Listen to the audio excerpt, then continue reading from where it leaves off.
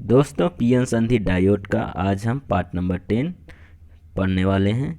तो देखिए आज पार्ट नंबर 10 में हम क्या क्या पढ़ने वाले हैं।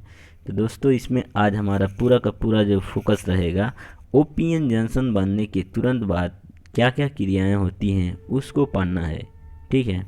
और इसमें हम अक्षय परत और विभव प्राचीर यानी पोटेंशियल बैरियर और डिप्लेशन लेयर को अच्छे से पढ़ेंगे। तो दोस्तों आज का ये जो टॉपिक है बहुत ज़्यादा चीज़ इसमें नहीं कवर करते हुए थोड़ा ही टॉपिक को कवर करना है, लेकिन ये टॉपिक बहुत ही महत्वपूर्ण है आप लोगों को एग्ज़ाम की दृष्टि से। तो दोस्तों स्टार्ट करते हैं वीडियो को काफ़ी लंबा नहीं बना सकते हैं, 15 मिनट से ज़्यादा नहीं बनाना है। तो दोस्तों आइए समझते हैं इस टॉपिक को। तो क्या होता है दोस्तों, जब पीएन जंक्शन को हम ये पीएन जंक्शन हमारा है और इसको हम एक्सटर्नल सोर्स से क्या किए हैं, इसकी बायसिंग नहीं किए हैं, मतलब बाएं वोल्टेज इस पे नहीं लगाए हैं। तो दोस्तों ये जो बायां हिस्सा पी क्षेत्र है और दायां हिस्सा क्या है, हमारा एन क्षेत्र है। तो पी क्षेत्र के जो होल होते हैं दोस्तों, ये पी क्षेत्र के जो होल हैं ये एन क्षेत्र की ओर क्या होते हैं, विचलित होते हैं या कहें डिफ्यूज होते हैं या कहें इसकी ओर अग्रसर होते हैं, जाते हैं, ठीक है। और जो पी क्षेत्र के होल हैं दोस्तों वो एन क्षेत्र की ओर विचलित होने के बाद एन क्षेत्र के इलेक्ट्रॉन, जो एन क्षेत्र के इलेक्ट्रॉन हैं उनसे संयोग करके क्या करते हैं, उन्हें उदासीन कर देते हैं। मतलब पी क्षेत्र का ये होल जो है ये डिफ्यूज होकर के कहाँ जाता है, एन क्षेत्र में, और एन क्षेत्र का जो इलेक्ट्रॉन होता है उसको ये क्या करता है, एन क्षेत्र के इलेक्ट्रॉन को उदासीन कर देता है, ठीक है। अब ये जो पी क्षेत्र का होल है एन क्षेत्र की ओर किस कारण से जा पाता है, तो दोस्तों पी क्षेत्र का जो होल है वो एन क्षेत्र की ओर ये सांद्रता में अंतर के कारण या कहें असमान घनत्व के कारण जा पाता है, ठीक है। डिफरेंस इन कंसंट्रेशन की वजह से क्या होता है, जो पी क्षेत्र का होल होता है वो एन क्षेत्र की ओर क्या होता है, विचलित हो पाता है और वहाँ के इलेक्ट्रॉनों को वो उदासीन कर पाता है, ठीक है। जैसे क्या होता है दोस्तों, जो पी क्षेत्र हमारा है वो पी क्षेत्र में होल की जो सांद्रता होती है, इसका जो कंसंट्रेशन लेवल होता है वो एन क्षेत्र के मुकाबले क्या होती है, बहुत अधिक होती है। इस कारण से इसका विसरण होता है, माने पी क्षेत्र का जो वो डोपिंग कहें कि ज़्यादा होता है और एन क्षेत्र की क्या होता है, कम होता है। तो इसकी सांद्रता लेवल ज़्यादा होती है, ठीक है, पी की, और एन क्षेत्र की क्या होती है, कम होती है। इसी कारण से जो पी क्षेत्र के इलेक्ट्रॉन होते हैं, होल होते हैं, वो एन क्षेत्र के इलेक्ट्रॉनों को उन्हें संयोग कर पाते हैं। ओके, चलिए दोस्तों फिर और आगे इसको हम समझते हैं। ये जो पी क्षेत्र के होल इधर आया है, तो अब क्या होगा, जिस तरह से पी क्षेत्र का होल आकर के एन क्षेत्र के इलेक्ट्रॉन को विचलित होकर के आता है और एन क्षेत्र के इलेक्ट्रॉनों को उदासीन करता है, ठीक इसी प्रकार से क्या होता है, एन क्षेत्र के इलेक्ट्रॉन जो हैं वो पी क्षेत्र में विचलित होकर के आते हैं और पी क्षेत्र में आने के बाद क्या करते हैं, यहाँ पे पी क्षेत्र में आने के बाद यहाँ के होलों को भी उदासीन करते हैं। कौन, जो एन क्षेत्र के इलेक्ट्रॉन हैं वो विचलित होकर के आते हैं और पी क्षेत्र के होलों को क्या करते हैं, इनको उदासीन करते हैं, ठीक है। ये इलेक्ट्रॉनों व होलों का जो विसरण हो रहा है वो विसरण किस कारण से होता है, तो दोस्तों ये जो विसरण हो रहा है वो ऊष्मीय कंपन और सांद्रता में अंतर के वजह से होता है, ठीक है। इलेक्ट्रॉनों व होलों का विसरण जो है ऊष्मीय कंपन के कारण और असमान सांद्रता के कारण हम बोल सकते हैं क्या होता है इलेक्ट्रॉनों व होलों का विसरण होता है। किसके वजह से, एक तो ऊष्मीय कंपन के कारण और दूसरा असमान सांद्रता के कारण होता है। अब दोस्तों ऐसा नहीं है कि ये होल आके खाली इलेक्ट्रॉन की तरफ आता जाएगा और इसको उदासीन करता चला जाएगा और ये इलेक्ट्रॉन जा कर के होल को उदासीन करता चला जाएगा, नहीं, ये बहुत ही कम समय के लिए होता है, ठीक है। होलों व इलेक्ट्रॉनों का जंक्शन, ये जो हमारा जंक्शन पॉइंट है, इस जंक्शन के आर पार आना जाना या कहें कि विसरण जो है बहुत ही कम समय के लिए होता है। जंक्शन के आसपास कुछ इलेक्ट्रॉन और होल क्या होते हैं, संयोगों के बाद ही यहाँ पे एक अवरोधक विद्युत वाहक बल स्वयं ही कार्य करने लगता है। इस इलाके में क्या होता है, यहाँ पे एक अवरोधक विद्युत वाहक बल स्वयं ही कार्य करने लगता है, जिसको हम बैरियर कहते हैं। और यह अवरोधक इलेक्ट्रॉनों व होलों के विसरण को क्या करता है, रोक देता है। अब इधर के जो जाने वाले होल इस साइड में है उसको भी रोक देगा, और इधर से जाने वाले जो इलेक्ट्रॉन है इस साइड में उसको भी रोक देगा। ठीक है दोस्तों, कौन रोकेगा, तो ये जो जंक्शन के आसपास में बैरियर का क्रिएट हुआ है, यही बैरियर इसको क्या करता है, रोक देता है। ओके, इतनी बात आपको समझ आई। अगर नहीं समझ आई तो चलिए हम आपको एक छोटा सा एग्जाम्पल देते हैं। इसको आप नेगेटिव वे में मत लीजिएगा, बस समझाने के लिए है। ओके, ऐसे समझिए कि ये पी क्षेत्र है, पी क्षेत्र में होल्स हैं, होल के ऊपर पॉजिटिव चार्ज होता है, एन क्षेत्र में इलेक्ट्रॉन है, इलेक्ट्रॉन के ऊपर निगेटिव चार्ज होता है। सपोज करिए कि पी क्षेत्र मतलब ये क्या है, लड़का है, ये एन क्षेत्र इलेक्ट्रॉन, ये लड़की है। ठीक है, इस लड़के को इस लड़की से प्यार हो गया तो ये इस साइड में आ रहा है और इसके साथ इसको उदासीन कर रहा है। ठीक है, तो अब क्या होगा, जैसे ही यहाँ में आसपास का जो एरिया है, लोग हैं, ये देखेंगे तो वो क्या करेंगे, अब इनके विसरण को रोक देंगे। मतलब लड़के को लड़की से नहीं मिलने देंगे और लड़की को लड़के से नहीं मिलने देंगे। वो क्या होंगे, इनके बीच में एक बैरियर की तरह कार्य करने लगेंगे। और ये बैरियर कैसे क्रिएट होगा, तो जैसे ही लड़का लड़की का प्यार होगा वैसे ही इनके बीच में बैरियर भी क्रिएट होना स्टार्ट होगा। जब तक इनके बीच में प्यार नहीं होगा तब तक बैरियर भी नहीं बनेगा। सेम वही प्रोसेस ऐसा ही इसमें भी है। जब तक होल इलेक्ट्रॉन के तरफ और इलेक्ट्रॉन होल के तरफ नहीं आएगा तब तक यहाँ भी बैरियर नहीं बनता है। ओके दोस्तों, चलिए आगे बढ़ते हैं। ठीक है, अब एक चीज़ और समझना है दोस्तों कि अवक्षय परत या डिप्लीशन लेयर क्या होता है। जंक्शन के आसपास का वह क्षेत्र जहाँ मुक्त आवेशों से विहीन स्वीकारक व दाता आयन होते हैं अवक्षय परत कहलाता है। ठीक है, तो जंक्शन के आसपास का यह इलाका जहाँ पे क्या होता है दोस्तों, जहाँ पर मुक्त आवेशों से विहीन, मतलब इसमें कोई फ्री चार्ज नहीं रहेगा, सिर्फ और सिर्फ क्या होंगे, एक्सेप्टर और डोनर आयन होंगे। इस परत को ही हम अवक्षय परत या डिप्लीशन रीजन या डिप्लीशन लेयर कहते हैं। ठीक है, मुक्त आवेशों से विहीन होता है यह। ठीक है, इस क्षेत्र में मुक्त आवेश वाहक नहीं होते हैं। ये जो इलाका है डिप्लीशन लेयर का, यहाँ ऊपर लिख भी रखे हैं डिप्लीशन परत या अवक्षय परत। ये क्या होता है दोस्तों, मुक्त आवेशों से इसमें नहीं होते हैं, मुक्त आवेशों से एकदम क्या होता है, ये फ्री होता है। इसमें सिर्फ और सिर्फ स्थिर आवेश होते हैं। ठीक है, क्या होंगे, स्थिर आवेश, और दाता तथा स्वीकारक अशुद्धि आयन होते हैं। ठीक है, यहाँ पे जो चार्ज होगा वो मूव करने वाला नहीं होगा, और एक्सेप्टर और डोनर आयन होंगे। ठीक, अब ये जो चार्ज बन जाता है ना, इसी के वजह से यहाँ पे पोटेंशियल क्रिएट होता है, जिसको हम पोटेंशियल बैरियर की तरफ काम करता है, तो उसको बोलते हैं विभव प्राचीर या पोटेंशियल बैरियर। ठीक है, अब देखिए जो पी क्षेत्र में है, इधर में क्या है, इधर में डोनर आयन होता है, और जो एन क्षेत्र की ओर होता है इधर में क्या, सॉरी उल्टा हो गया, हाँ ठीक है, इधर में जो होता है ये एक्सेप्टर होता है, पी क्षेत्र में क्या होता है, एक्सेप्टर आयन, और इधर में क्या होता है, डोनर आयन होता है एन साइड में।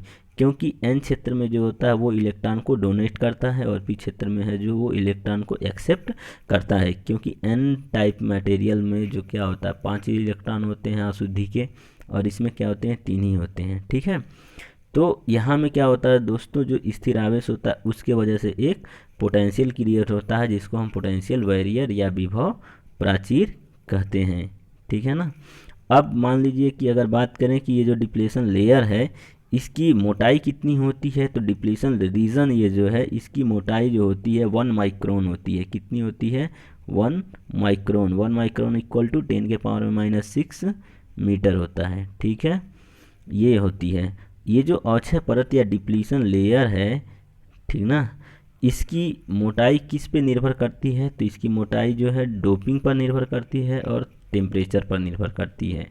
ठीक है, ये डोपिंग के क्या होता है, व्युत्क्रमानुपाती। अक्षय परत की जो मोटाई है ये क्या होता है, डोपिंग के व्युत्क्रमानुपाती व्युत्क्रमानुपाती होता है। डोपिंग के व्युत्क्रमानुपाती होने का मतलब ये है कि अगर डोपिंग लेवल हाई होगा तो अवक्षय परत की मोटाई क्या हो जाएगी, कम हो जाएगी, और डोपिंग लेवल कम होगा तो अवक्षय परत की मोटाई बढ़ जाएगी। इसी तरह से तापक्रम के समानुपाती होते हैं। टेम्परेचर बढ़ने से अवक्षय परत की मोटाई बढ़ेगी और टेम्परेचर घटने से अवक्षय परत की मोटाई कम हो जाएगी। ठीक है दोस्तों, तो आपको ये डिप्लीशन लेयर समझ आया होगा। तो दोस्तों जो चीज़ समझाए हैं वही चीज़ यहाँ में आप नोट में देख सकते हैं कि पीएन संधि बनने के तुरंत बाद क्या क्या क्रियाएं होती हैं। पीएन संधि बनने के बाद तुरंत एन क्षेत्र के इलेक्ट्रॉन जो हैं वो पी क्षेत्र की ओर विसरण करते हैं तथा पी क्षेत्र के जो होल होते हैं वो एन क्षेत्र की ओर विसरण करते हैं। ठीक है, तथा एक दूसरे को क्या करते हैं, उदासीन करते हैं। ये वाला जो नोट्स है दोस्तों, अगर आप एग्ज़ाम में लिखोगे तो ये 60 नोट है। 60 नोट होने के वजह से एग्ज़ाम में आपको अच्छा नंबर मिलेगा, क्योंकि गागर में सागर, कम शब्दों में बहुत कुछ बोलने वाला ये नोट्स है। ठीक है, तो पीएन संधि बनने के तुरंत बाद एन क्षेत्र के इलेक्ट्रॉन जो हैं पी क्षेत्र की ओर विसरण करते हैं और पी क्षेत्र के होल जो हैं वो एन क्षेत्र की ओर विसरण करते हैं तथा एक दूसरे को क्या करते हैं, उदासीन करते हैं। तो दोस्तों ये तो हम आपको समझाएं। इस प्रक्रिया से क्या होता है दोस्तों, जंक्शन के आसपास वाले ऋणात्मक स्वीकारक आयन व धनात्मक दाता आयन मुक्त आवेशों से क्या होते हैं, विहीन हो जाते हैं। जंक्शन के आसपास में क्या होगा, मुक्त आवेश नहीं रहेगा, सिर्फ स्थिर आवेश और स्वीकारक तथा दाता आयन होंगे। ठीक है, एक्सेप्टर और डोनर क्या होंगे, आयन होंगे। दोस्तों इसका हिंदी इंग्लिश थोड़ा सा बोलने में अटपटा हो जाता है। ठीक है, अतः इलेक्ट्रॉनों व होलों के पुनः संयोजन से, ये जो इलेक्ट्रॉन है इलेक्ट्रॉनों व होलों के पुनः संयोजन से जंक्शन के आसपास में क्या होता है, एक अवरोधी बल कार्य करने लगता है जो कि इलेक्ट्रॉनों व होलों के विसरण को रोक देता है।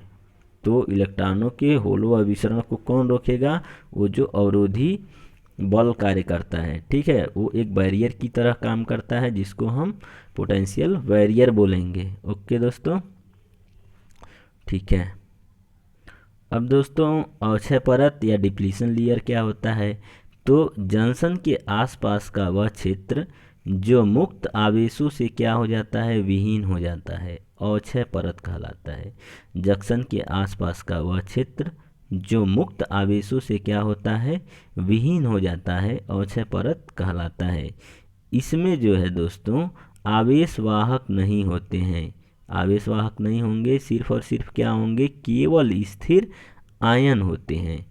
ठीक है, क्या होते हैं, केवल स्थिर आवेश तथा वो दाता और स्वीकारक अशुद्धि आयन होते हैं। ठीक है, और इसकी जो मोटाई होती है अवक्षय परत की वो 1 माइक्रोन होती है। 1 माइक्रोन इक्वल टू 10 के पावर -6 मीटर होता है।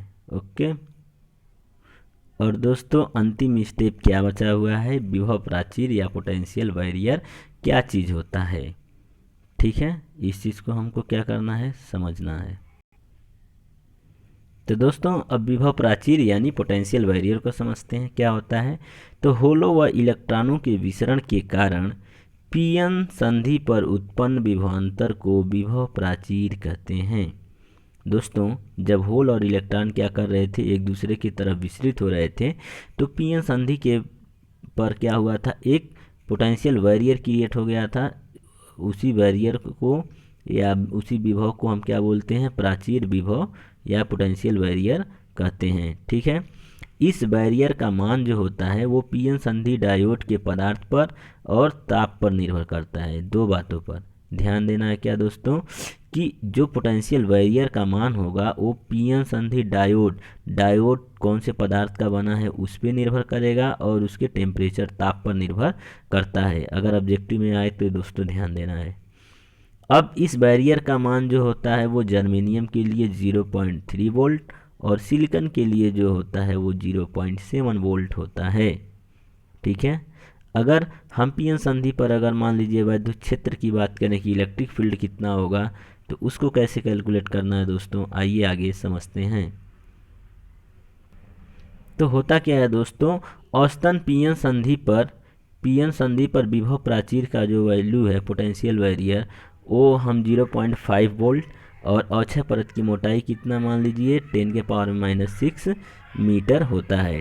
ठीक है, तो जैसे ही दोस्तों इस चीज़ को हम क्या करेंगे, कंसीडर करेंगे, तो यहाँ पर प्राचीर वैद्युत क्षेत्र, अगर हमको इलेक्ट्रिक फील्ड पता करना है तो electric field E equal to क्या होता है, कैपिटल V/D होता है। V क्या है, वोल्टेज, तो 0.5 में अगर हम डिवाइड कर देंगे 10⁻⁻6 से, तो जब ये वैल्यू ऊपर जाएगा तो क्या हो जाएगा, 5 × 10⁻5 वोल्ट प्रति मीटर।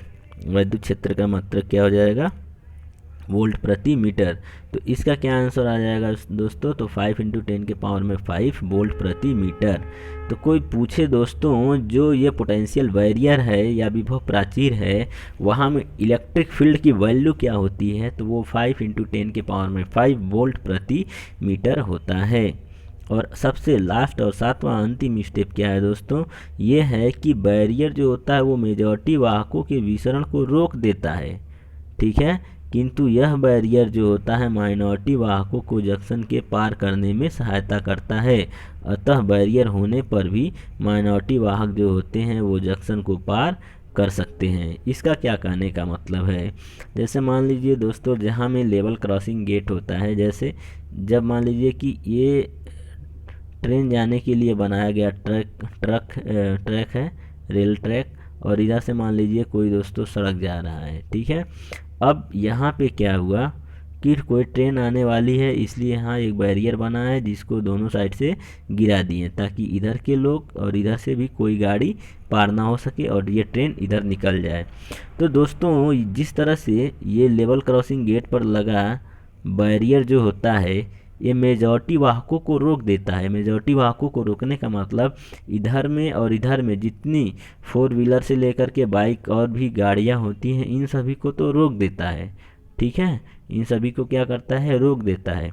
लेकिन जो माइनॉरिटी चार्ज कैरियर होते हैं, माइनॉरिटी चार्ज कैरियर का मतलब जैसे मान लीजिए कि आदमी हुए, ठीक है, जो पैदल चलने वाले लोग होते हैं वो इसके अंदर से घुस के इस पार निकल जाते हैं। ठीक है, तो ये माइनॉरिटी चार्ज कैरियर को नहीं रोक पाता है, सिर्फ और सिर्फ किसको रोक पाता है, मेजॉरिटी चार्ज कैरियर को। ठीक है, माइनॉरिटी वाले क्या होते हैं, इसके अंदर से घुस के इधर और ये वाले इधर निकल जाते हैं। उसी तरह से यहाँ में क्या होता है दोस्तों, जो बैरियर है पोटेंशियल बैरियर वो मेजॉरिटी को तो रोक देता है लेकिन माइनॉरिटी चार्ज कैरियर को नहीं रोक पाता है। ओके, तो उम्मीद करते हैं दोस्तों आपको ये वीडियो काफ़ी अच्छा लगा होगा, पसंद आया होगा। हाँ दोस्तों, मैं सोच रहा हूँ कि एक बार इसको जल्दी से और रिपीट कर दें, एक बार इसको थोड़ा ध्यान से देख लीजिए कि पीएन संधि बनने के बाद तुरंत निम्न क्रियाएं होती हैं। तो दोस्तों पीएन संधि बनने के तुरंत बाद क्या होता है, एन क्षेत्र का इलेक्ट्रॉन पी क्षेत्र की ओर विसरण करता है। ठीक है, और पी क्षेत्र का जो होल होता है वो एन क्षेत्र की ओर विसरण करता है। ठीक है, पी क्षेत्र का होल जो है एन क्षेत्र की ओर विसरण करता है तथा एक दूसरे को उदासीन कर देते हैं। ठीक है, यहाँ तक तो कोई प्रॉब्लम नहीं, आगे बढ़ते हैं। इस प्रक्रिया में, इस प्रोसेस में क्या होता है, जंक्शन के आसपास वाले ऋणात्मक स्वीकारक आयन व धनात्मक दाता आयन आवेशों से विहीन हो जाते हैं, मतलब उनका चार्ज नहीं बचता है, चार्ज खत्म हो जाता है। ठीक है, क्या होता है, चार्ज नहीं बचता है।